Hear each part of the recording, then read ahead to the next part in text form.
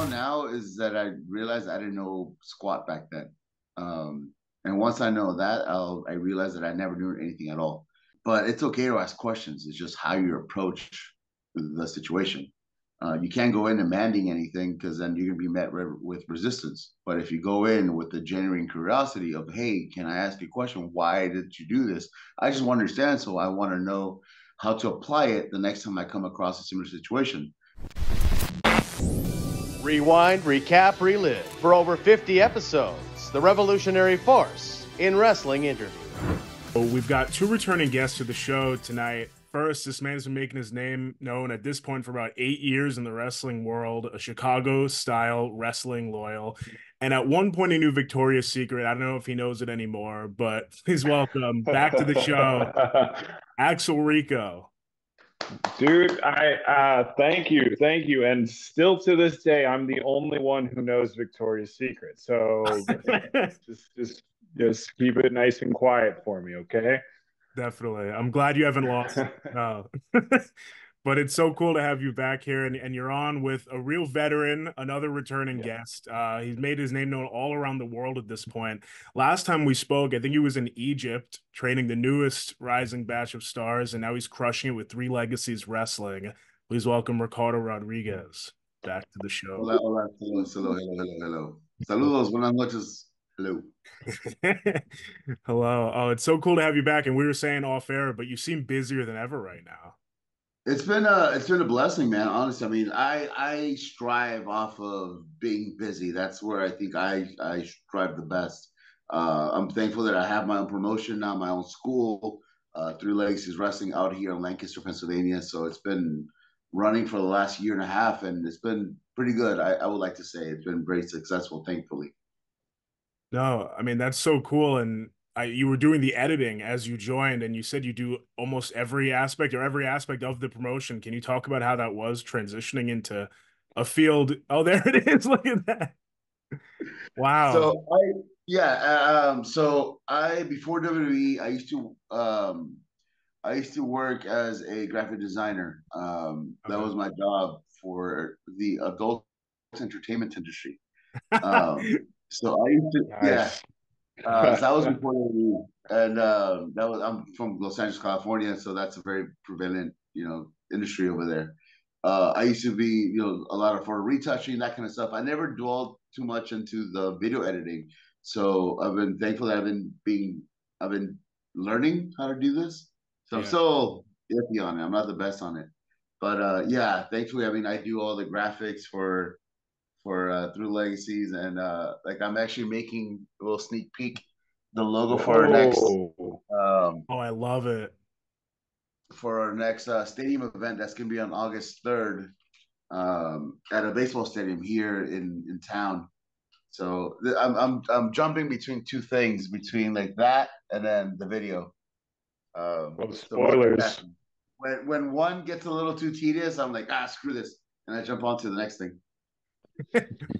And that's in Lancaster, Pennsylvania, right? Where you are right now? Yeah, it's about an hour. It's about an hour and a half west of Philadelphia.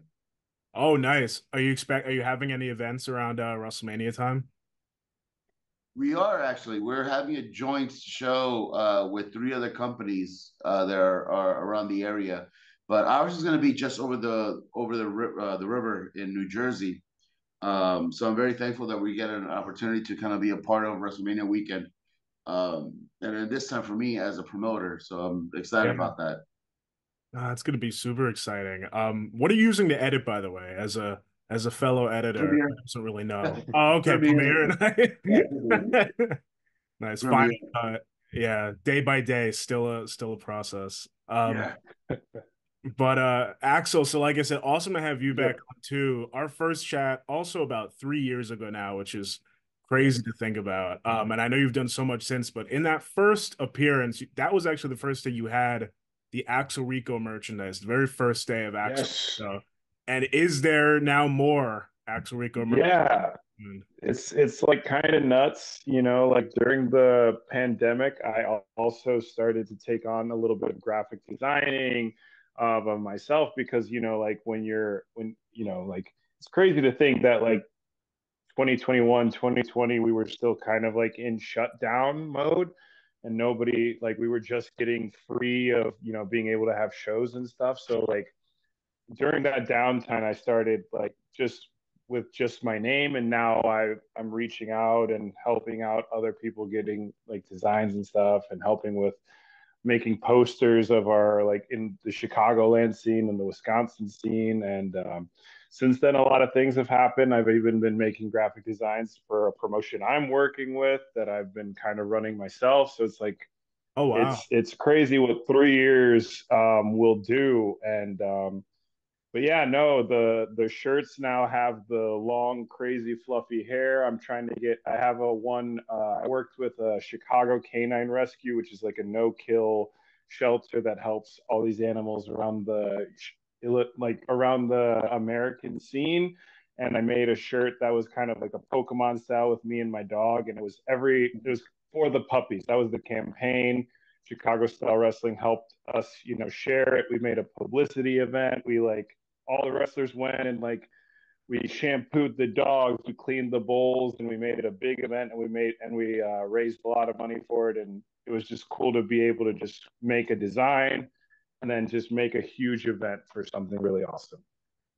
Oh no, that's great. And what is this promotion that you're partly with? Oh yeah. So one of my friends, I obviously, if you're a wrestling fan, you're a nerd, and I'm also like a big nerd in general. So I would always go to like the comic book conventions, the Comic Cons, the anime conventions, and one of my friends decided to stay in that course and became an event coordinator for one of these like conventions that go around Minneapolis, Wisconsin, Illinois, and Indiana. And it was like, we need a main event. And it started with like a little idea, and then I got a ring, and now like we call it Proving Grounds Chicago, Proving Grounds Wrestling Chicago. And we go around to these conventions and we wrestle for the anime convention scene, and it's really cool. Awesome. That's awesome. I love merging those two worlds. Yeah, I mean, it seems natural. Mm-hmm. So much fun, man. I'm trying to find a way to make the Spider-Man meme, like happen in the ring. So you mentioned that's obviously Chicago area. Ricardo, I'm curious because, like I said, you've been all over the world. What was it that made you stand out in Pennsylvania to start Three Legacies Wrestling?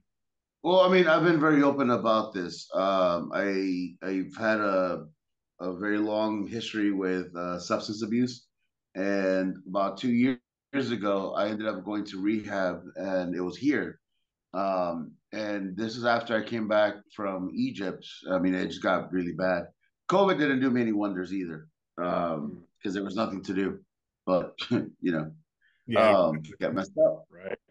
So it didn't do me any wonders. And so when I ended up going through rehab, the owner of the rehab center that I went to was very aware of who I was, and so we kind of started talking, and he got to learn a little about my story of where I was before, what I've done. I've opened up schools, and I mean, I've ran schools in the U.S. I've opened up schools in India. I opened up schools in Egypt. And I ran schools in England, and I mean, I helped out in Australia for a bit. So I was moving around, basically helping out. And he goes like, "Well, why don't you just open up your own?" And I was like, "What?" So then, yeah, it just kind of came about, and then I liked it here. It's a nice little area where, I mean, Baltimore's nearby, Philadelphia's nearby, Pittsburgh's not too far, New York, New Jersey. Yeah. And then thankfully here in the area that I'm in Lancaster, there was no wrestling. Let me take that back because that sounds disrespectful. There was local wrestling outside of Lancaster, but there was nothing in the city. So I decided to make that a challenge, and then here we are. But it stemmed from me getting help, and then getting to rehab, and then getting out, and then keeping myself busy, and then building something. Yeah. Redeeming myself. No, that's so cool. And like giving back to the area that helped you through that journey is awesome. Absolutely. Yeah, we do a lot of community events as well too. Yeah, we do a lot of charity work. We're actually just partnered up with the food hub that's here, the big food hub that's in Lancaster. So we're going to be running a big event on March 30th at the Lancaster Convention Center, which is a very big place. And we're partnering up with a bunch of companies around the city to benefit and to give back. So yeah, that's exciting. So it's always nice to get back and work with the community. And another commendable project that I saw you did was Night of Recovery. I heard you mention that, and I'd love to hear more about that project. I know it ties in with the you were just talking about. Yeah. So Night of Recovery was this little concept that both myself and Christopher Dreisbach, my business partner, kind of decided to do. Is I was already going to rehabs and speaking because I think that I have an interesting story of having gone to the top and then losing it all because of my substance abuse. So through that, I think being able to, in the same concept of giving back, of going to these rehab centers and speaking to the folks in there, and then showing them that recovery is possible and that it is possible to come out on the other side and to be returned and become a functioning member of society. Oftentimes too, when we're in our addiction, we have a lot of people that give up on us, and therefore we give up as well. But sometimes all we need is that one person that still believes in us, and then to motivate us to keep pushing forward and to get better. And that's kind of our whole idea, is to offer hope. And it so happens that within our industry, any kind of entertainment industry specifically too, when you're out of the limelight and then the light turns off, a lot of us are just kind of left there and then wondering what's next. And oftentimes a lot of us just turn into substances to make us feel better, to fill that void. So I've been very thankful that between myself and Christopher Dreisbach, I mean, I still have a lot of connections with ex WWE guys or people that are in the industry on the industry right now, and we got together. The very first one that we did was here in Lancaster. I had myself, Christopher Dreisbach, X-Pac, Fandango, and then Brandon Novak from Jackass. From the Jackass fame, and then Brandon Novak owns his own recovery house or recovery center out in the Philadelphia, New Jersey area. So we built that, and then it was a huge success. We put it out. We put out all our content on Amazon, on Prime Video, excuse me. And then the first one that we did was myself, Fandango, Dirty Dango, Christopher Dreisbach, and then Shannon Moore. And then the last one that we just put up on Prime Video is myself, Shannon, and Chris Harris. Yep. So, and we have another one coming up at a local prison on March 29th, and that's going to be big because that's big. we got accepted to go into a prison. Whereas these other ones, we were just kind of setting up our own shop and then just kind of going from there. But the one on March 20th is going to be at a prison. So that's huge. So that it's a process to get accepted to go to a prison like that. Yeah. Yeah. You got to get clearance and all that stuff. But I'm very grateful that something that we're able to build, because like I said, I mean, I know that when I was going through my BS and then through that time frame, that mentality, the depression, the suicide thoughts, the everything under the sun just kind of goes in your head. And then there was so many times where I wanted to give up, and then I tried. Believe me, I tried, especially when I was drunk as hell. And I tried, and then thankfully I didn't follow through with it because obviously I wouldn't be here. Right. But I know where that mentality takes you, and speaking and then going to these recovery centers and then speaking to people. These are folks that I never thought in my wildest dream that I had anything in relation with them. But then you speak to them, and then even though we came from different backgrounds, we were all battling the same demons. And that was addiction. So being able to offer them some sort of hope is rewarding. And then a lot of them, honestly, I'll see them out and about later on, and then they're still clean and sober. So You know, it feels good. Yeah, That's what night of recovery basically is. Yeah, I mean, a great. You described it great there, and I think really cool that people could also just check it out, right? Like you said on Prime Video. But that's an awesome thing you're doing. Well, Axel, to throw it to you. So we last spoke, like I said, 3 years ago, and you've done so much cool stuff since then. But just to give people a taste before we dive into it, if you could just sum it up in like 3 words or a sentence, what has the last 3 years of your career felt like? Well, I think probably the 3 words I would say probably like in that year order would be probably like figuring it out, awesome, and then ouch. Um, because last year last year technically July, I got my collarbone broken during a match, and it was so bad that it was shattered into 5 pieces.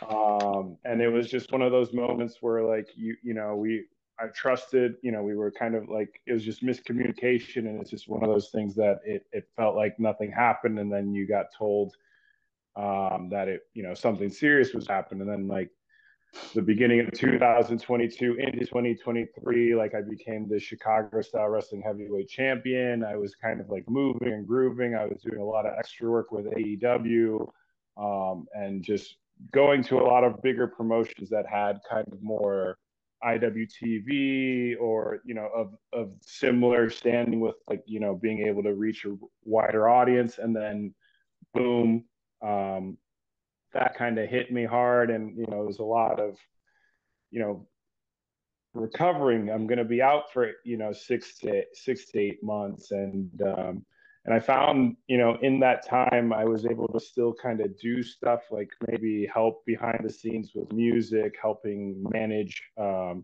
people, talk through matches, help like my beginners and trainees. And then since then I've kind of become a trainer at Chicago Style Wrestling and a lot of other Galley Lucha Libre, and helping out, and becoming a bigger resource. So, it was a lot of fun. I felt like I was figuring myself out. Definitely meeting a lot of people, going to different states, and really finding that I truly love the business. And even when this happened, I still, just like what Ricardo was saying, I just needed, like, I was so like, oh man, this could be it. Because when the orthopedic doctor told me, like, dude, it's shattered in 5 pieces, you're gonna have a plate an 8-inch plate in you for the rest of your life, I thought, like, like, how am I gonna wrestle? I'm gonna have this, and I got so much fan support, other wrestlers, and people I didn't even know just saying, like, dude, you keep doing it, you got it, we got you, we've got your back. And it was a growing experience these past 3 years. But definitely this last year into it definitely made me see the bigger picture of it, that even when something serious like this happened, like, there's other things you can do in the business, which is why I like wanted to really talk to you, Mr. Ricardo, because like, not only do you do it in the ring, like, I've seen what you can do out of the ring and help put matches together. So that's why, like, I want to, I think this is great because I've kind of found that through my eyeballs. But you know what I mean? Like, I always teach my students, like, you can always be taught how to throw a ball, but everybody does it differently. Yeah, absolutely. No, absolutely, man. Yeah, and anytime, man, just hit me up, shoot me a message, and be glad. I'll be glad and willing to help wherever I can. Appreciate that a whole lot. But that's just a small sum up of my last 3 years since I've spoken with you, Jonah. I think when I was first seeing you, I was kind of just like still, learning the ropes in comparison to where I'm at now. So it's I've got a little bit of seasoning on my back, and like pain in my back, to say the least.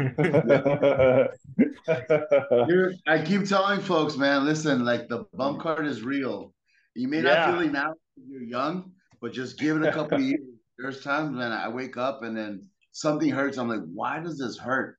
And then I go back, like, Facebook memories will remind me of something stupid that I did like 10 years ago. It's like, oh yeah, that's why. Yeah. That's why it hurts. Definitely. That's definitely 100% true. I don't know if you can relate, Jonah. Have you ever been in the ring? I always wanted to ask you that. No, I've never been in the ring. Never been in Uh, a wrestling ring. No, just on the wow. outskirts, holding a microphone. Yeah, so I can't. I can relate to broken bones, but not the wrestling. Um, but Ricardo, I'd love to hear your thoughts on Axel's journey so far, and also if you remember kind of where your mind frame was around like 7, 8 years into your career, if you were in a similar spot. So, well, I was very thankful that I was on an independent scene for 4 years and I got picked up by WWE. But in those 4 years, man, it was just a hustle, and then that's something that I can't tell folks enough, that all this is a hustle, and you have to consistently be hustling. And then there's gonna be a lot of setbacks. There's gonna be a lot of injuries. There's gonna be a lot of people that are gonna be telling you to stop. Um, my biggest friend, or my closest friends, were my worst enemies when it came to support. Oftentimes when it came to this industry, because I wasn't spending time with them. I had at one point a girlfriend that basically gave an ultimatum, where there was either her or wrestling, and obviously I'm still wrestling. Yeah. Um, um, I've had to make a lot of sacrifices with the job. I would have to do 12-hour shifts, or pull doubles in order to have the weekend off, or a Friday or Saturday, whatever, right? Um, but the first 2 years I was training almost Monday, Tuesday, Wednesday, Thursday, and I was wrestling Friday, Saturday, Sunday. The advantage of Los Angeles was that there was a wrestling show like in every other corner, especially on a Sunday. The lucha shows in LA were just everywhere, so it was easy Yeah. to like do triple shots on a Sunday. So I was getting my reps. Obviously, none of us were getting paid anything. We were that wasn't what that wasn't even like a mindset at the time. It was just getting as much as I could. Now, granted, you also want to go for quality, not just quantity. But at the time, like I said, I mean, we were young, and I wanted to get my reps, and I got to be on shows with big legends. Um, but it's a constant hustle, and even now, all this is still a hustle. The moment that you feel that you're content, that's when you're gonna screw yourself over, because then you get comfortable, and then somebody else is gonna pass you. So you just this and again, this is, and I could be totally wrong in all of this too, but this is what's been working for me the last 2 years of just constant go, go, go. Um, what's next? Where can we build off of this? We've gone to this point. Um, and I also too, what I usually tell folks when it comes to where you want to go is set checkpoints along the way.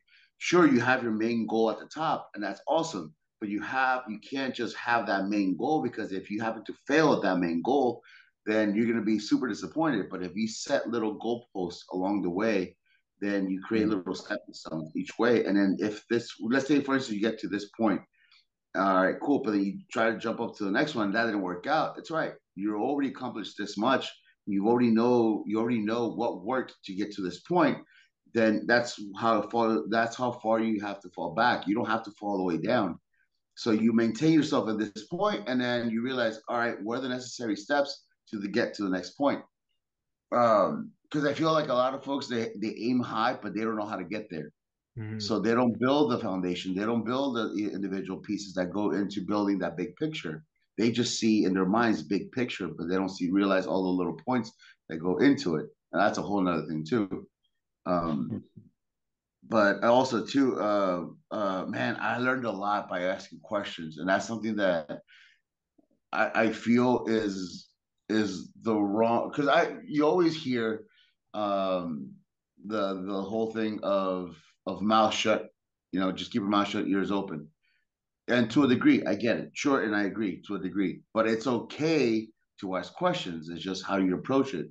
Obviously, you want to learn why something works the way it does. The how is easy. I can show you this does this, and it does this, and it does this. But to understand the why is a whole nother animal. So once you get to that point of asking, why did you do that? And then if they say, because I can, all right, but why? Why? What was the purpose of you doing that? Or why did you switch it? And that's something that I was very thankful that when I was with WWE, I used to send the learning tree of like Regal and Arn Anderson and Jamie Malenko, Michael Hayes, Road Dogg, Triple H, Vince. I mean, obviously, I know we can't talk about Vince right now, but back then, just hearing him and then trying to understand why he was doing what he was doing was so incredible because it made so much sense. And then this is another thing is I want to be that old man that like back in my day, right? These kids nowadays, kids nowadays, and I'm sure I was like that too, where I thought I knew it all, but then the more that what I know now is that I realized I didn't know squat back then. And once I know that, I realize that I never knew anything at all. But it's okay to ask questions. It's just how you approach the situation. You can't go in demanding anything because then you're going to be met with resistance. But if you go in with the genuine curiosity of, hey, can I ask you a question? Why did you do this? I just want to understand. So I want to know how to apply it the next time I come across a similar situation. And then if they can describe it and explain it to you, then awesome. And then it may not make sense at the time until you come across that situation later on. And then you'll be like, oh, that's what they meant. That's why they did it this way. And ultimately, too, you're going to be making a lot of errors. And then the best thing that I hope you're able to do is learn from them. Don't get mad at yourself. Don't get upset at yourself because ultimately, what's that going to do? It's not going to do anything. You're going to get mad and you're going to be all bitchy, and then that's it. But if you take your mistakes, and you're going to make a lot of mistakes. I've made a lot of mistakes. I've messed up so much, especially in business, because I don't know anything about it. I'm learning as I go.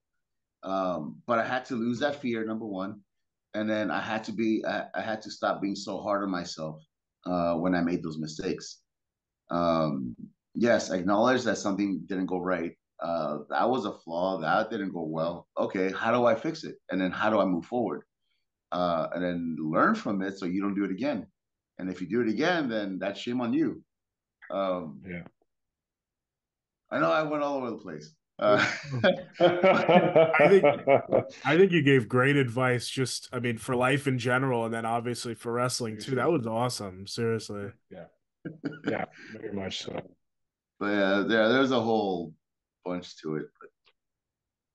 Well, you brought up being on shows with big legends, and I'm curious who were some guys you ran into in the beginning of those 4 years? Anyone that stuck in your mind? Yeah. So I started in lucha libre, so I did a lot of Mexican lucha libre first before I jumped over to the American side. So I mean, I used to work all these lucha shows, and in LA it was easy because it was right there from Mexico. So La Parca, Místico, Averno, the lucha legends, Psychosis, Ray Senior, the original Ray. Wow. Yeah, I mentioned the Barca. The guys from AAA used to come up quite a bit. I used to go down to Mexico, just right over the border, and then wrestle in like the AAA bot shows. So like a promoter would buy a show, and it would have like the AAA guys, whatever, and then they would like have a bunch of like locals and whatever to do like the undercards. And then so I used to do those quite a bit. I mean, and I just go over the border, wrestle, and come back up. Um, Yeah, so basically anybody like in 2006, 2007, whoever was like the top lucha guys in Mexico, that's basically who I was with. And then once I switched over, I ran, or I didn't run. I was a part of one of Dave Marquez's projects for like three shows. Dave Marquez used to run the NWA Championship Wrestling from, I forget now. He's gonna kill me if he watches this. I don't remember. Championship Wrestling from Hollywood? Is that Championship Wrestling? Yeah.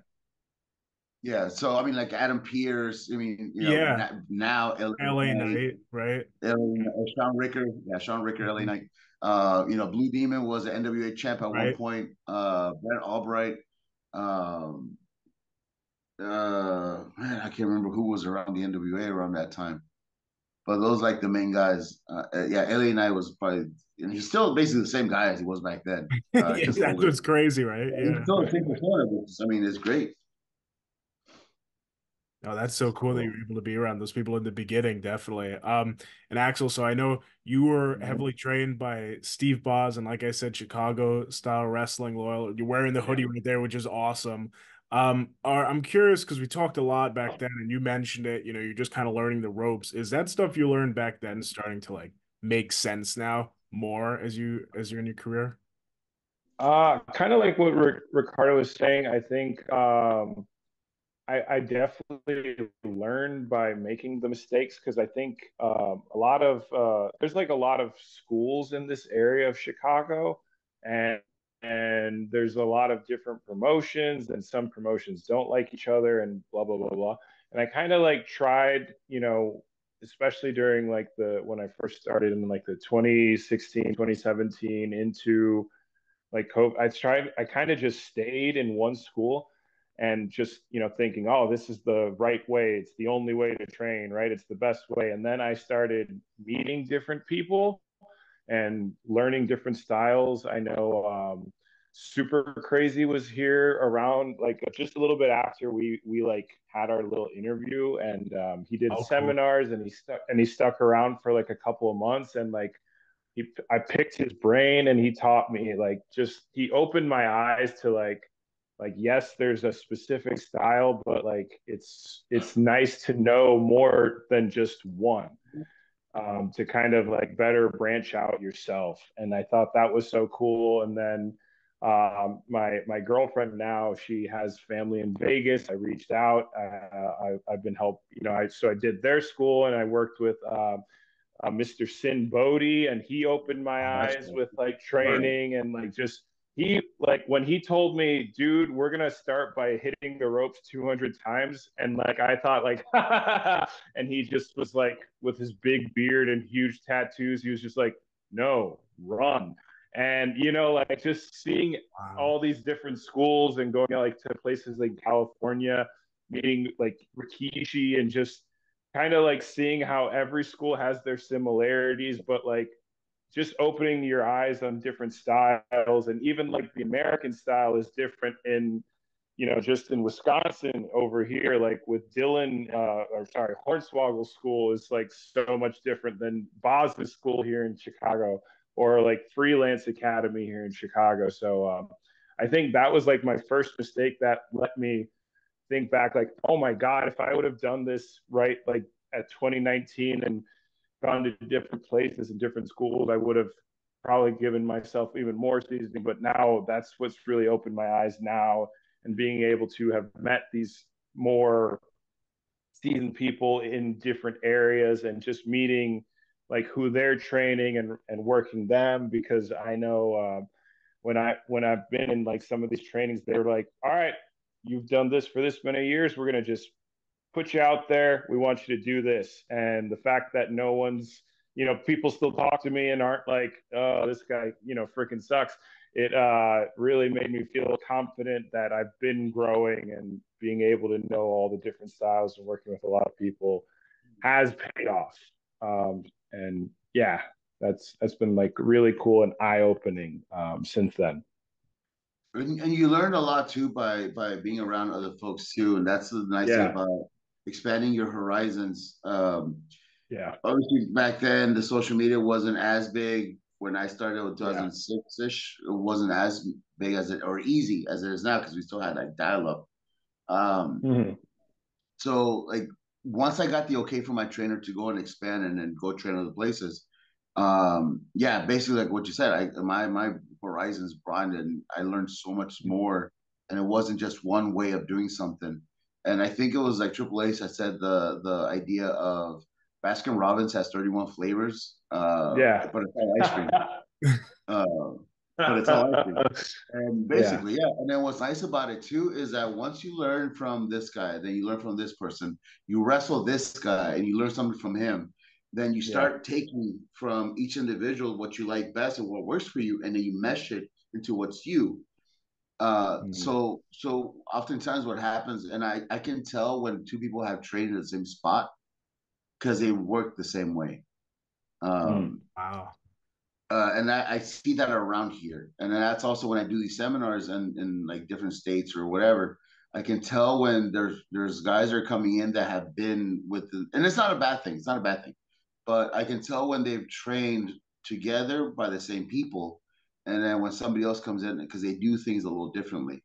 Um, so I can tell, by the footwork how they move around, and but then I can also kind of tell somebody that's been a little bit more wider taught.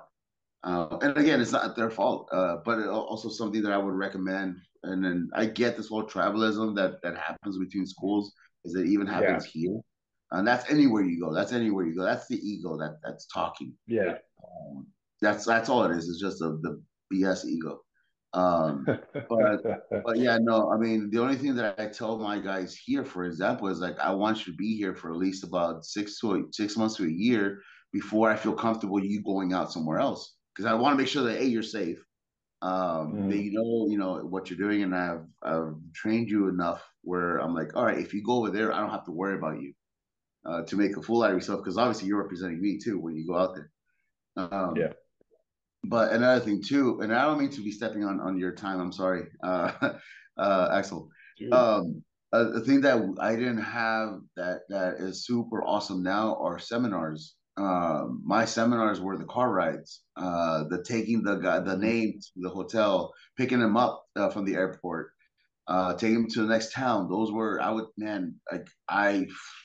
I used to pick up Brent Albright a few times. I picked him up like 2, 3 times, I think. And then just a little chat between the airport to the venue was awesome. Um, and then just hearing like some stories. And then also too, when I was in WWE, just like Scar Armstrong would ride with us, or even Chavo. And I would just listen to their stories. And obviously back then it was different because they didn't have social media. So they would tell me these wild stories. That's so And cool. but yeah, those man, the asking questions and then just the car rides are so important and pivotal, and you learn so much. Um, and then kids these days, they think they know it all. I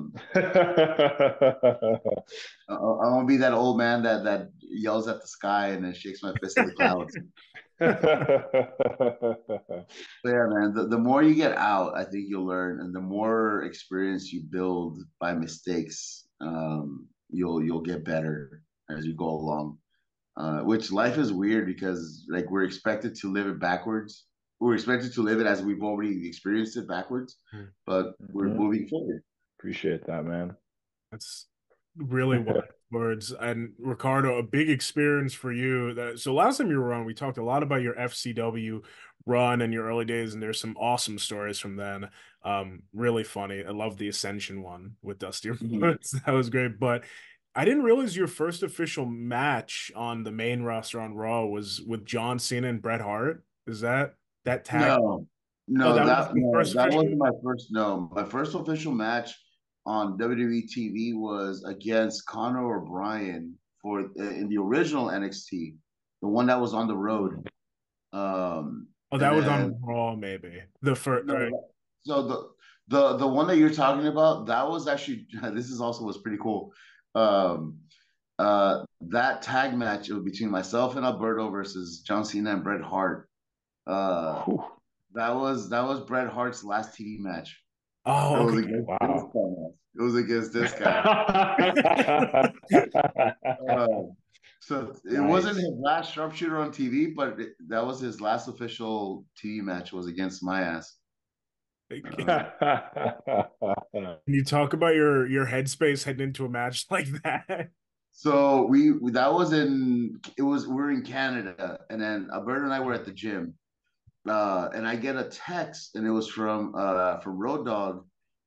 And actually, no, Alberto got the text, but he had texted me, but because we were at the gym, I didn't have my phone with me. I left it in the car or in the bag, whatever. And then, so we get a text, and it says, if I had brought today is going to be Alberto and Ricardo versus John Cena and Bret Hart. And then we're like, yeah, okay. Okay. But then usually we're expecting like the second or third text to be like LOL, JK, whatever, and then they'll tell us what the actual match is. But there was no LOL or JK. So then I remember we're like, wait, are they serious? And then we I think we called him back. We called Road Dogg back, and then he's like, no, yeah, that's what's happening. Where our agent was, I don't remember who the agent was. And then sure enough, we called and they told us it's legit. And then obviously Ricardo doesn't have wrestling gear. Ricardo doesn't wrestle. So next to at the gym, they were selling female gym tights. So I ended up getting a couple. And then that's what I used. I used whatever they were selling at the gym for women wear, the women tights. And I had Alberto's shirt on me. But yeah, so yeah, that was awesome. I had been in matches with Cena already, so I wasn't as nervous about that. I was more so about the Bret Hart thing. And at the time, I didn't realize that was going to be his last TV match. Yeah, that's but still, it was wild. And then I'm in the sharpshooter. I'm on the ground. He has my legs, and then he's like staring at me, and then he's doing his jaw jacking, and I'm like, oh, this is awesome. Oh, that's cool. What an awesome experience, though. So I feel like was that still early on? If not, then it might just be a Wikipedia error. But it says Alberto was a champ, was the WWE champ at the time. I remember that, and that was leading into a pay-per-view. I think it was like the Raw before or 2 weeks before the pay-per-view. But Alberto was the champ, and we were in Canada, and then they brought in. It's a huge moment. Axel, for you, a big moment that you were able to be a part of. You said you did extra work for AEW a few times. Yeah. Your AEW Dark debut. I'd love to hear what was going through your mind for that because it's such a cool moment. Yeah, that's when they were still in the thing that because obviously I got nervous in general because when you think of big companies and all that stuff, I was just super excited. I was able to even go with my good friend Sky, and that was really cool to just be able to hang out. But the cool thing that kind of opened my eyes, because this was when they would still do the YouTube stuff, like the elevations and all that. And we were in the old TNA arena, you know what I mean? And that was that opened my eyes, and it was, a lot of production. I saw Tony, I saw the Bucks and stuff. That was cool. But the thing that was opening, I was like, oh my God, this is where Booker T spat his stuff. I was just kind of I was, they were here, they were right here. Mick Foley broke through a barricade this way, and I thought that was just so cool. And that was just and then I think it was around Thanksgiving time, because they were first in Chicago, the Wintrust Arena, and then that weekend they took a few of us to do the Orlando tapings. And I remember I got checked in from the security. They were patting me down.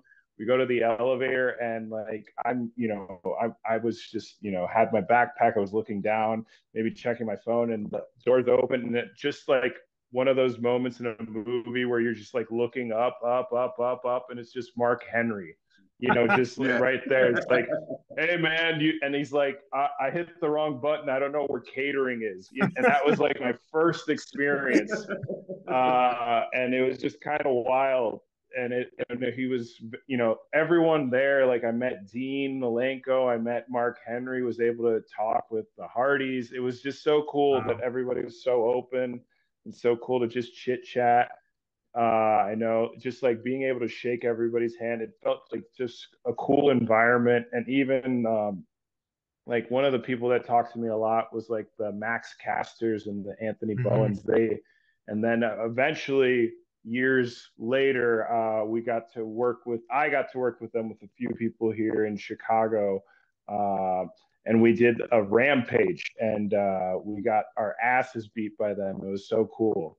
And Billy Gunn was just yeah. And he turned his back on me. He's like, you three, All right, cool. And it was just like super cool to just be around that and just like seeing it all, seeing the different people talking out, for a segment or just waiting in the bleachers and just seeing how, they move from one part. This is where I want the camera.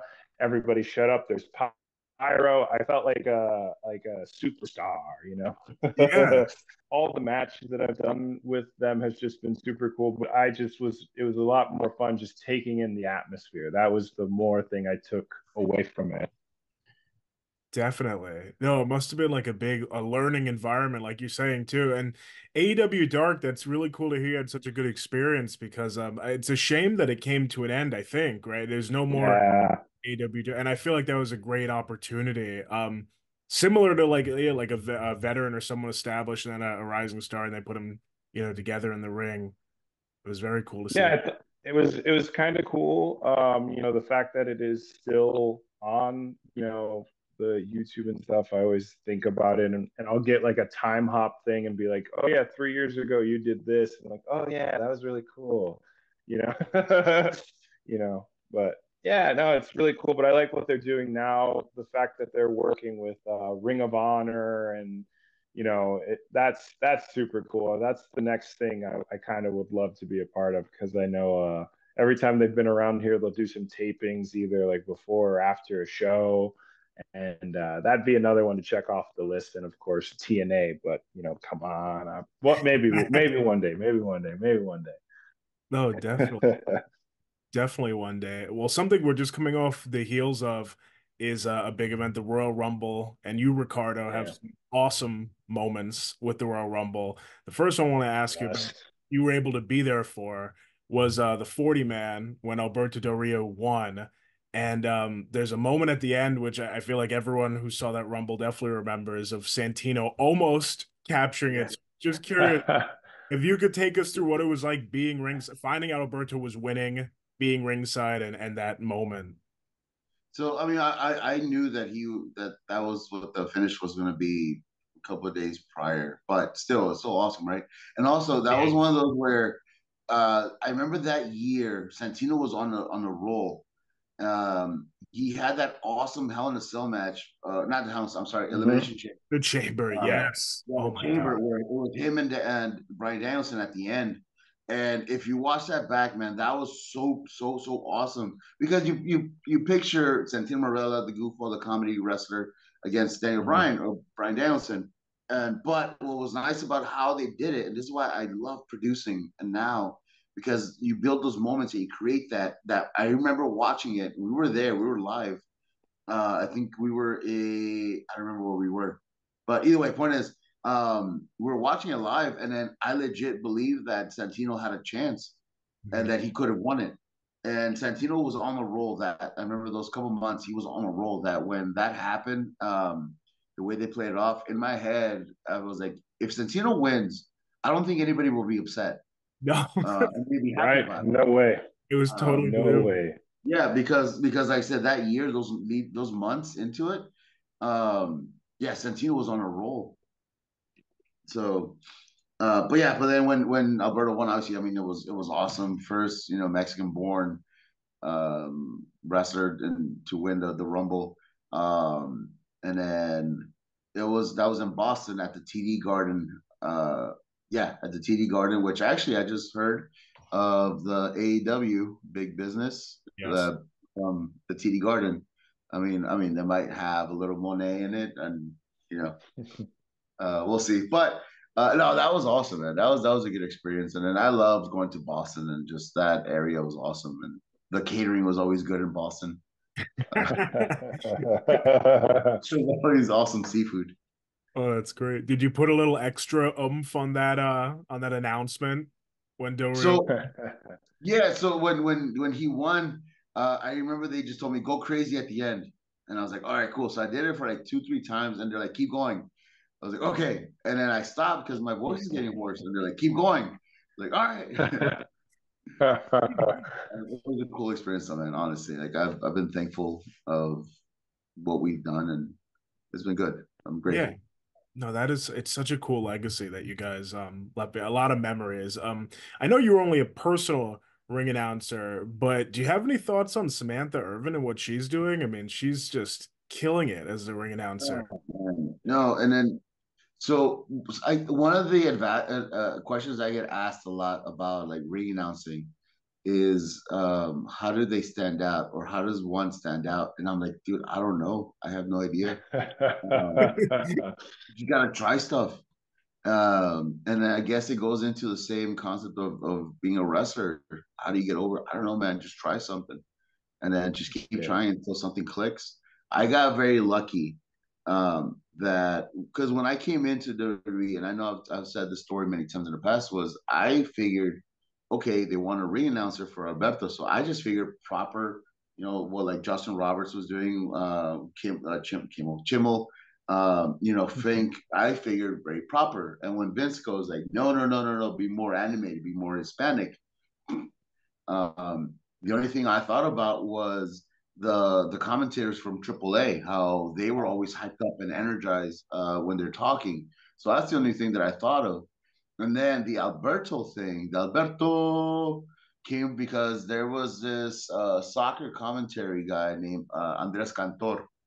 And he was the one that made very, very famous when they would score a goal. Goal! Yes. So that's from Andres Cantor. So I figured, okay, so they want me more animated. And then that kind of started happening. And then the crowd started doing it with me. So I was like, with even more reason, let me hold it. So that's how I stood out. But it wasn't something I had planned in my head. It was something that just kind of happened organically. And I just tried it and it got reactions. So what Samantha Irving is doing is awesome. She stands out. I mean, she's a gorgeous, beautiful woman, and then she has this voice to her too, and she has a presence. And then I feel that's something that it's hard to teach is having this presence, because you don't always have to be menacing. You just have to have this aura about you, this energy, and she definitely has it. So for like uh announcers out there, how do you stand up? I don't know, man. Just try different stuff, see what happens, see what works, and then what doesn't work, and then just if it doesn't work, do something else. But don't be afraid, and also don't be afraid to make a fool out of yourself. Awesome advice. And there's another big moment I want to get into with Ricardo, but first, Axel. So both of you guys really, at different points of your career, combined comedy into your characters. And so Axel, I want to go to you and just tell us about if that's evolved at all, because I remember last time you said you were doing stand-up comedy and wrestling. So has that evolved and merged more with Axel Rico? Yeah, a little bit here and there. It kind of like it depends because kind of like what Ricardo was doing was saying about like here, like seeing things things will work here, but the same thing won't work here, if that kind of makes sense. So like at one promotion, I can be a very serious guy, and then and then at this promotion, I'm just kind of like silly all over the place. And I know one person or two people I should say that I learned that you can kind of just have fun with it was I don't know if you know them, Yabo the Clown and Rico the Clown.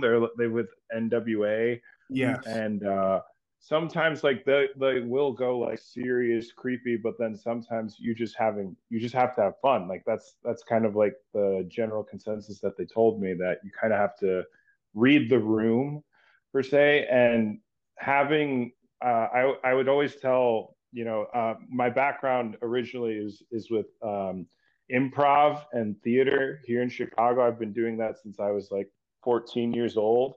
So when it came to like doing promos and working with bits and kind of reading off people like in a ring and all that, it was so natural. So definitely comedy with just wrestling, especially at like the promotion that I've been promoting with Proving Grounds, so easy, so much fun, and connecting with the audiences that have never seen pro wrestling. Like when we do like punches and stuff, the crowd, like 300 people just go, "Whoa, he's dead." So like, when you tell little stories like that, and then just the example I can think of at our last show, I was this character from an anime, and then one of my trainees was the Flash. and all we did was just a slow motion, like I tried to take his head off and he was doing like, under the hula hoop stuff. And then like I had like, of course, I'm not, I had my like actual short pants that had like my face on it, ridiculous. And he pulled down my long tights to show the short tights that had my face on it with a silly face. And that like made the place erupt. And then, we had like, and then back to normal, back to reality. And that came from like just thinking of stuff based off just, hopefully it sticks, exactly kind of like what you're saying. But it's been cool because at some promotions, like at CSW and a lot of the bigger ones, I'll kind of be serious. I'll kind of be the general baby face, but still, sometimes I like to go out to the audience with the bad guy and be like, "Hey, little child, smack him." You know what I mean? Yeah. Like, so, and of course, like the announcement, like no matter where I go, and if they say like he knows Victoria's Secret, like, wait, what? Like he's gonna punch a grown ass man, but what? Like having that, I always have it a little bit because you can't have just serious guy all the time. I think it's nice to be able to broaden your horizon and kind of be funny at times and serious at other times, and sometimes just show emotion all the time. Yeah. I love that fluidness that you're able to have with your character. That's so cool. And Ricardo, to go to you with that, your Royal Rumble moment, which is just infused with comedy, awesome moment. Yes. I remember so Del Rio's music hits, and it's you in the most beat up car that I've ever seen. Still, can you talk about how that moment came about and what was going through your head entering a Royal Rumble? So how that one came about, back in December, actually here in Philadelphia, Alberto had gotten hurt. So he needed surgery, and then he was out for like 2-3 months, I think. So obviously, if Alberto wasn't on TV, I wasn't on TV. So this is in December, early December. So like I was home for like a month or so, and then they started flying me out for like the TVs. And we were in Dallas. We were stuck at the airport because there was a thunderstorm, and I'm sitting next to Malenko. And then we're just chit-chatting.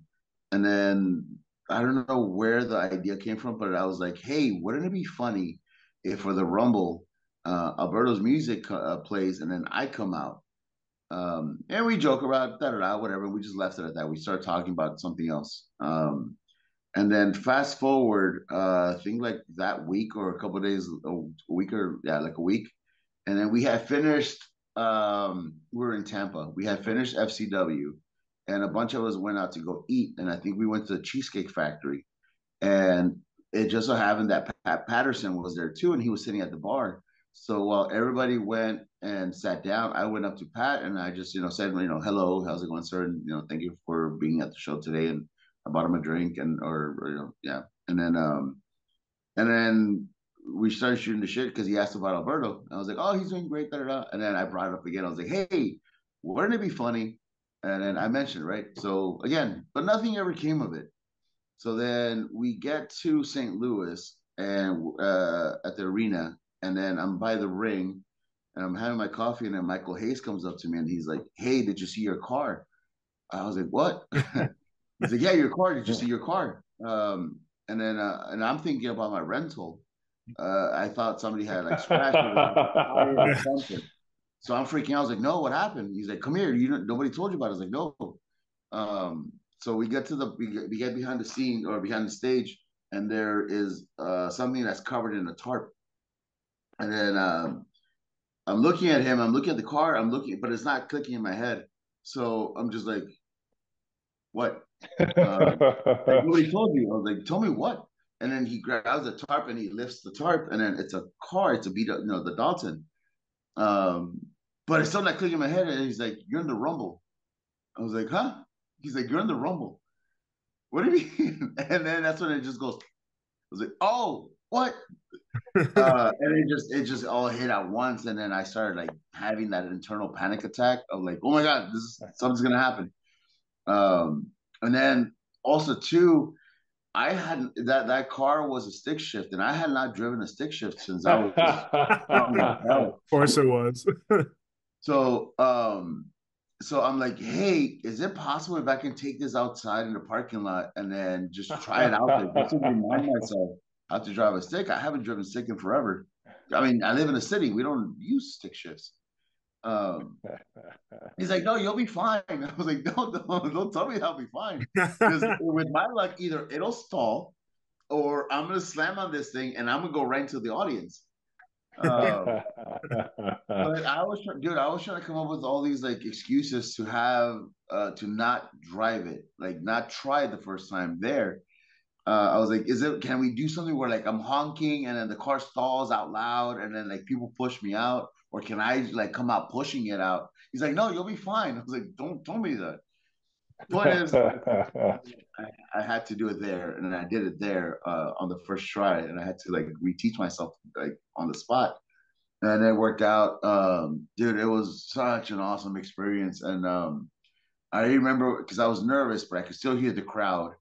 And I remember when Alberto's music comes out, the crowd roared, and then that roar turned into laughs as soon as they realized it was me. Um, but I embraced it, enjoy the moment, and I come out and I'm just in my head, I'm like, dude, this is happening. And I was very thankful that I was in the ring with Cody. I was in the ring with Mick, Santino afterwards, Justin Gabriel, and yeah, yeah, that was awesome, man. That was super super fun. I got eliminated by Santino, Yeah.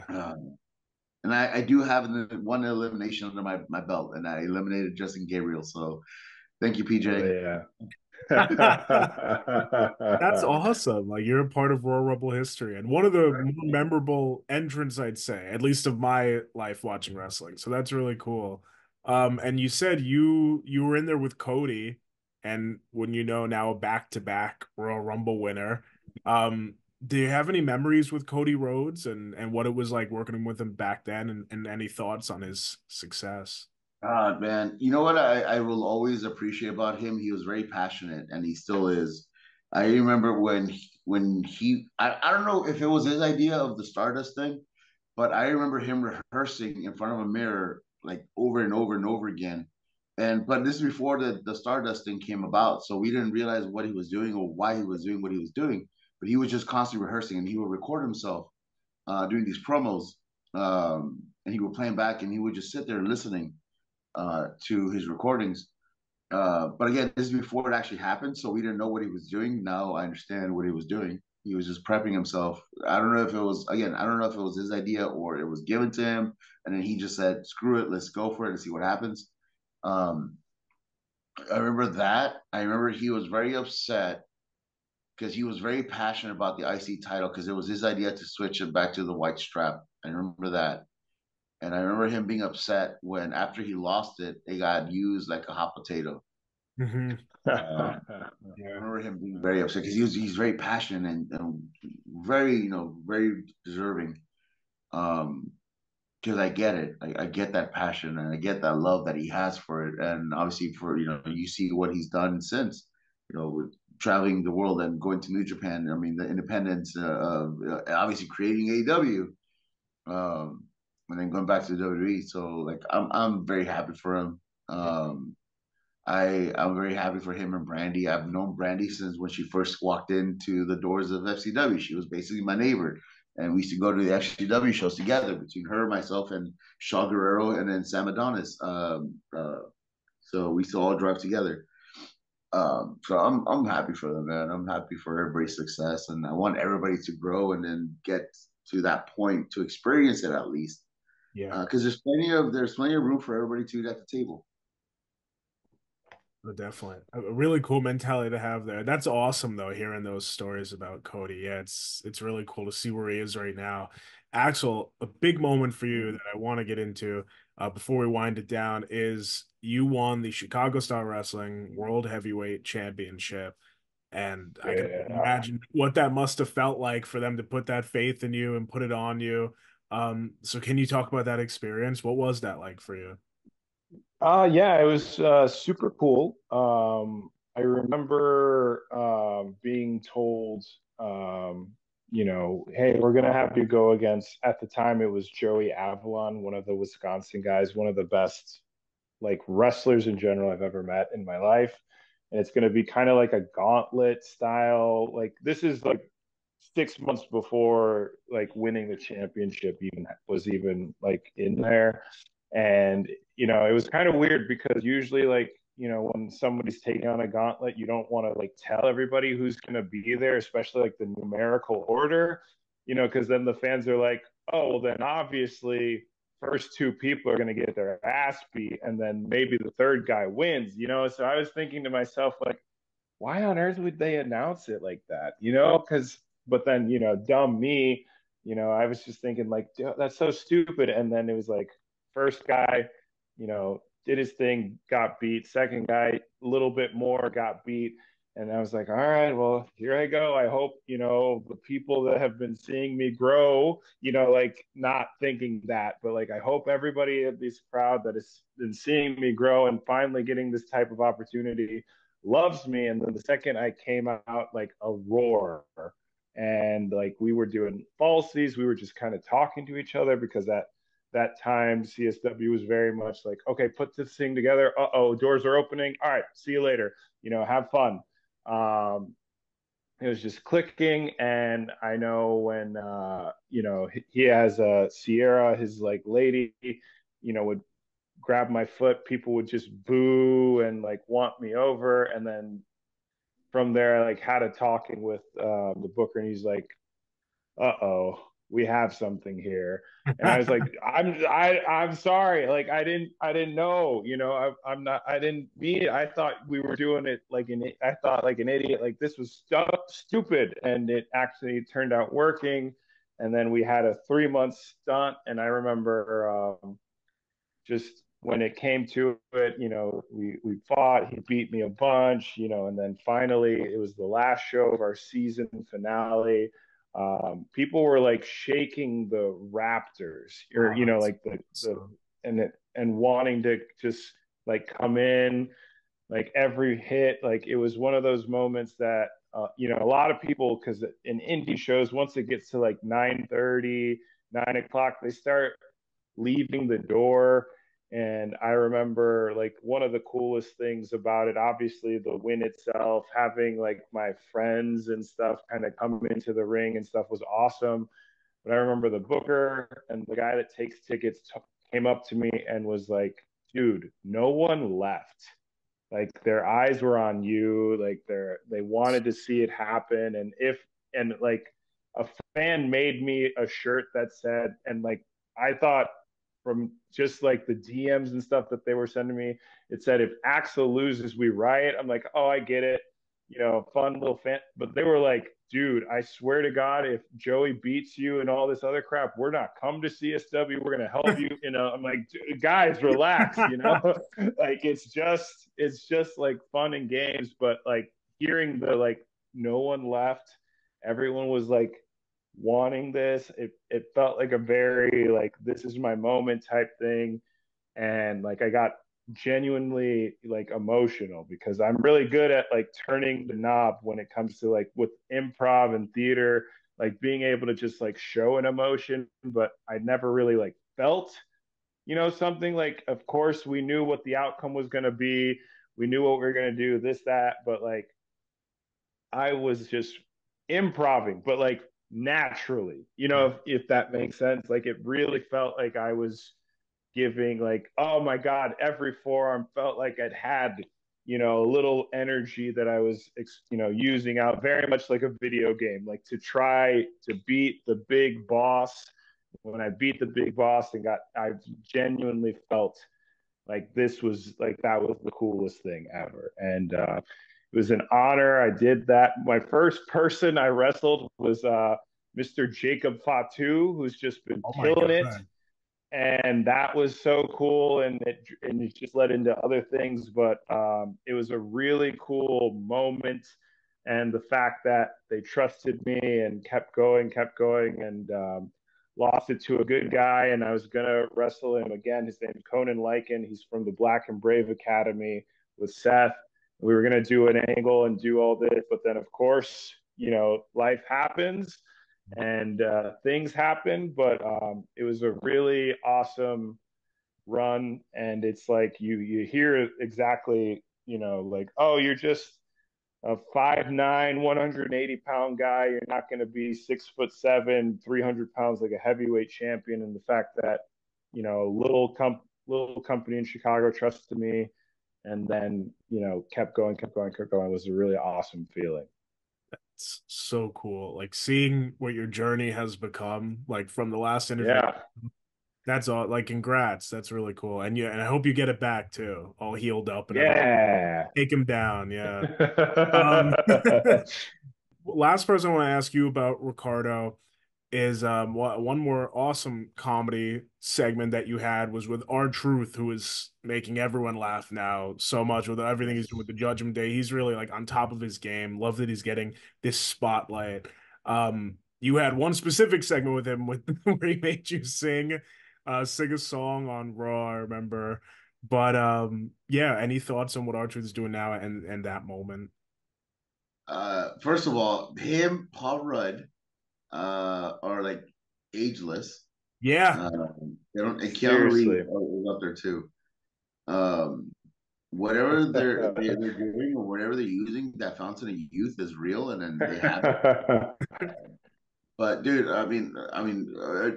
the highlight for the last X amount of time of months for me in wrestling has been R-Truth. I mean, the spot at the Rumble with the hot tag. So awesome. Like him coming out with the girls in the girls Rumble was awesome. So good. Yeah, I mean when he came out and then I think it was a Rumble and he came in as with the ladder. What was the couple was like? Yeah.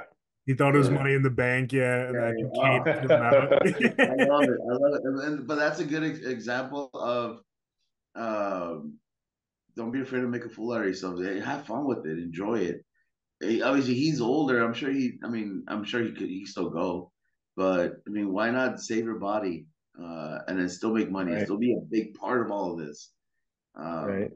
Finding a different avenue for or different outlet to express yourself in wrestling is always available. So I'm happy for him, man. I'm super happy for him. Yeah, him injecting himself into the Judgment Day is awesome. That promo that WWE did not so long ago, where he's like basically doing everything that Judgment Day is not. And then he does like the whole love thing at the end. I love it. I love it. So I'm all for R-Truth. Man, just give him all the titles. If he beats Roman Reigns, I'd be happy. Yeah. I don't think you're alone in that either. I've heard that like he does make people break character when it comes to on-screen working with him. I remember I think it was like El Cucaracha that you say. Was that can you attest to that? No, I mean he just has that natural charisma. So even if he just like looks at you and just says hello, it still makes you smile because he's just so charismatic. So he just has that positive energy around him. So yeah, I don't remember if I broke character per se, but I wouldn't be surprised if I did. Yeah. Axel, last question for you. Like I said, your journey has been so cool to watch. I can't wait to see where it goes. But any future goals right now? I know you mentioned Ring of Honor earlier. Any long-term, short-term other goals that we could keep our eyes on for Axel Rico? I've got my consistency schedule plan and reaching out with a lot of other promotions. I know this is probably going to be the year of travel. I don't want to say too much because you never know what happens. And if you say exactly like what Ricardo said, like if you say like, oh, this is this, it doesn't happen, at least, like I'd rather live with, I always say, my bad, I don't want to live with what ifs. I want to, say I wanted to try or at least go for it. So I do plan on traveling around a little bit more. And of course, Ring of Honor, I'd love to be part of TNA, but it's just one of those things that if the doors, whatever door knocks, I'd love to be a part of it in any way. But of course, still doing fun shows around this area, trying to branch out, and of course, doing shows with my promotion. We're going to be doing a couple things in Minneapolis and in Wisconsin, and who knows where else it'll take us. But yes, just very much having a decently consistent schedule, training, staying in tip-top shape, and just seeing where this year, this month, this weekend, and will take me. I think that's the future of Axel Rico, and of course, shirt designs and and lots of new stuff to come out with it, of course, because you gotta share the brand. Yeah, gotta definitely share the brand. Well, that's awesome. Good luck with like all of it. Seriously, I'm gonna be watching. And really, the same question for you, Ricardo. You've done so much since we last spoke, and I know you're going to continue to just stay busy. But what can we expect? Do you have any goals for Three Legacies Wrestling in particular? Yeah, I mean, obviously to keep growing. We've been very thankful that Three Legacies Wrestling has been continuously growing and growing. Little baby steps here and there, but it's moving forward, and that's a huge plus. I'm hoping to eventually start traveling, doing stuff outside of just the city, but moving regionally within the states, and then eventually, even bigger. I would like to one day. I mean, in my dreams, be up there with like the WWE, the AEW, that kind of. That's my ultimate dream, but also keeping myself grounded. I mean, got to take baby steps. So I'm doing that. I'm very thankful that I'm still working with MLW, and then I'm a producer there, and then I'm currently on a storyline with Rocky Romero, Selena De La Renta, Janai Kai, and then now Cesar, who was Dario Cueto in Lucha Underground. Oh yeah. So we're doing this Promociones Dorado thing versus Lucha Azteca, which eventually we're going to actually be going to Chicago in May. So we'll be in Chicago in May, and I'm with them for the rest of the year. Yes.